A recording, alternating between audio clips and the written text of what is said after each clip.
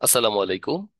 প্রিয় শিক্ষার্থীবৃন্দ, কুমিল্লা বোর্ড 2024 সালের প্রেপোজিশন আইটেম নিয়ে আলোচনা হচ্ছে এখানে। প্রেপোজিশন করার সময় যে বিষয়টি আমাদের অবশ্যই লক্ষ্য করতে হয় সেটি হচ্ছে দুই ধরনের প্রেপোজিশন সাধারণত আমরা ইউজ করে থাকি। একটি হচ্ছে কন্টেক্সচুয়াল মিনিং অনুসারে বসাই, আরেকটি হচ্ছে ফিক্সড কোনো প্রেপোজিশন বসাই। অর্থাৎ কিছু প্রেপোজিশন রয়েছে রয়েছে যেগুলি আহ, কিছু কিছু ওয়ার্ডের পরে বসবেই, এইগুলি সাধারণত বসে থাকে। সেগুলিকে আমরা বলি অ্যাপ্রোপ্রিয়েট প্রেপোজিশন। রাইট, তাহলে খেয়াল করো, এখানে কন্টেক্সচুয়াল এবং অ্যাপ্রোপ্রিয়েট দুই ধরনের প্রেপোজিশন ব্যবহার করতে হবে। আমরা পড়ি এবং ধীরে ধীরে প্রেপোজিশনগুলি ব্যবহার করে ফেলি। চলো দেখি তাহলে। Social network is a network for virtual social interaction. Social network হচ্ছে এক ধরনের network for virtual social interaction, অর্থাৎ ইন্টারনেট ভিত্তিক একটি সামাজিক যোগাযোগের জন্য। Right, dash internet users across the world, অর্থাৎ পৃথিবী জুড়ে ইন্টারনেট ব্যবহারকারীদের মধ্যে যোগাযোগ স্থাপন করার জন্য এটি হচ্ছে একটি নেটওয়ার্ক। তাহলে এখানে আমরা মধ্যে কথা ব্যবহার করতে পারি। আর মধ্যে হচ্ছে দুই ধরনের, দুইটা মিনিং রয়েছে, একটা হচ্ছে বিটুইন আর একটা অ্যামং। দুই পক্ষের মধ্যে হলে সেটি হতো বিটুইন, আর যেহেতু অনেকের মধ্যে সেজন্য আমরা এখানে অ্যামং বসাবো। রাইট। আচ্ছা, এরপর দেখো, actually this is an age dash globalisation. এই কথাটা খুব প্রচলিত, এইজ অফ গ্লোবালাইজেশন। এটি বিশ্বায়নের যুগ, বিশ্বায়নের র সেন্স আসে এখানে। তাহলে এটি বিশ্বায়নের যুগ। This is also an age of information and technology. এটি তথ্য এবং প্রযুক্তির একটি যুগও বটে।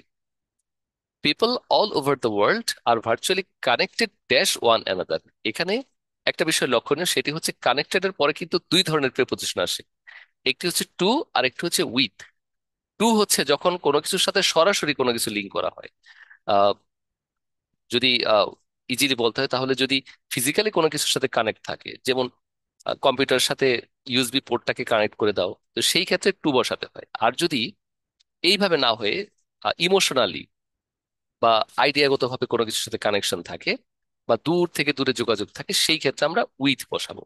তাহলে এখানে যেহেতু একে অন্যের সাথে কানেক্টেড, অবশ্যই ফিজিক্যালি না, সেটা হচ্ছে কানেক্টেড মেন্টালি, আইডিয়ার মাধ্যমে, ভাবধারার মাধ্যমে, চিন্তা চেতনার মাধ্যমে, সেই জন্য এখানে উইথ কথাটা বসবে।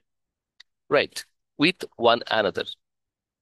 আচ্ছা, ড্যাশ দ্য বর্ডার্স। আচ্ছা, এখানে বর্ডার মানে এক দেশ থেকে আরেক দেশে, তো সেই ক্ষেত্রে across the border, across the borders হবে কথাটি। রাইট, যে এক দেশ থেকে আরেক দেশের মানুষের সাথে। হেন্স এই সূত্রে the necessity of social networks has emerged. এই ক্ষেত্রেই এই সামাজিক যোগাযোগ মাধ্যমের প্রয়োজনীয়তা আবির্ভূত হয়েছে।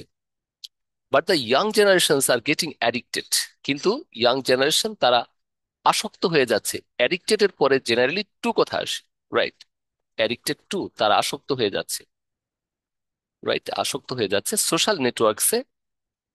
কোন ধরনের সোশ্যাল নেটওয়ার্ক? তাহলে এখানে কয়েকটা নাম দিয়েছে, তাহলে এখানে হবে যেমন।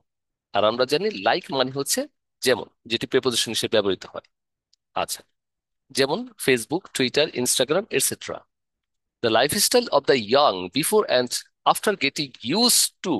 এই ইউজড এর পরে টু কথা আসে প্রেপোজিশন হিসেবে, এটি appropriate one. Right, use to social network, মানে তারা সোশ্যাল নেটওয়ার্কে অভ্যস্ত হয়ে যাওয়ার আগে এবং পরে হ্যাজ এ নোটিসেবল চেঞ্জ, অর্থাৎ তাদের জীবনের মধ্যে একটা লক্ষণীয় পরিবর্তন রয়েছে, যে যখন তারা ইন্টারনেট ব্যবহার করত আর ইন্টারনেট ব্যবহার করার পরে।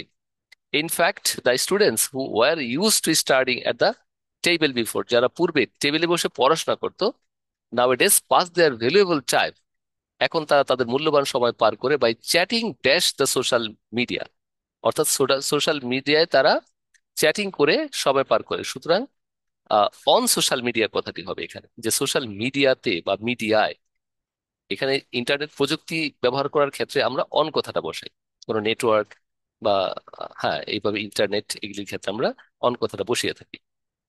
অ্যাজ এ রেজাল্ট, ফলে দে আর নাও ল্যাগিং ড্যাশ, ফলে তারা পেছনে পড়ে যাচ্ছে। ল্যাগিং এর সাথে কিন্তু একটা ফ্রেজ রয়েছে, পেছনে পড়ে যাওয়া, বিহাইন্ড। তারা পেছনে পড়ে যাচ্ছে ফলে। আচ্ছা, এটা একটু রং করে দিচ্ছি, কালার করে দিচ্ছি, ঠিক আছে। ওকে। আচ্ছা, so they should be kept aloof dash. তাহলে তাদেরকে দূরে রাখা উচিত। দে শুড বি, রাইট, তাদেরকে দূরে রাখা উচিত। তাহলে কিপ অ্যালোফ এর সাথে ফ্রম কথাটা আসে, একটি অ্যাপ্রোপ্রিয়েট প্রিপোজিশন। অ্যালো ফ্রম, তাদের দূরে রাখা উচিত। From using internet excessively and unnecessarily, অর্থাৎ অতিরিক্ত এবং অপ্রয়োজনীয় ইন্টারনেট ব্যবহার করা থেকে তাদের দূরে রাখা উচিত। ওকে, তাহলে স্টুডেন্টস আমরা এখানে দেখতে পাচ্ছি বেশ কয়েকটা অ্যাপ্রোপ্রিয়েট প্রিপোজিশন রয়েছে, যেমন এই যে কানেক্টেড উইথ রয়েছে, রাইট, অবশ্য মিনিং এর সাথে তার একটা লিঙ্ক রয়েছে। তারপর অ্যাডিক্টেড টু, এটি একটি ব্র্যান্ড, অর্থাৎ একটি অ্যাপ্রোপ্রিয়েট প্রিপোজিশন। তারপর হচ্ছে ইউজ টু, অ্যাপ্রোপ্রিয়েট প্রিপোজিশন। তারপরে হচ্ছে এই যে ল্যাগ বিহাইন্ড, এটি একটা অ্যাপ্রোপ্রিয়েট প্রিপোজিশন। তারপর হচ্ছে অ্যালো ফ্রম, এটি আরেকটি অ্যাপ্রোপ্রিয়েট প্রিপোজিশন, রাইট। তো স্টুডেন্টস এই ছিল তাহলে আমাদের আলোচনার বিষয়, আশা করি সবাই বুঝতে পেরেছো। এছাড়াও তোমাদেরকে অনেক বেশি প্র্যাকটিস করতে হবে, বেশি বেশি রিডিং করলেই কিন্তু এই প্রেপোজিশনের কনফিউশন দূর হবে, না হলে লেখার ক্ষেত্রে, পড়ার ক্ষেত্রে প্রত্যেকটি জায়গায় তোমরা বারে বারে কনফিউজড হবে। আশা করি অধিক প্র্যাকটিস করার মাধ্যমে তোমরা এই কনফিউশন দূর করবে। সবাইকে অনেক ধন্যবাদ।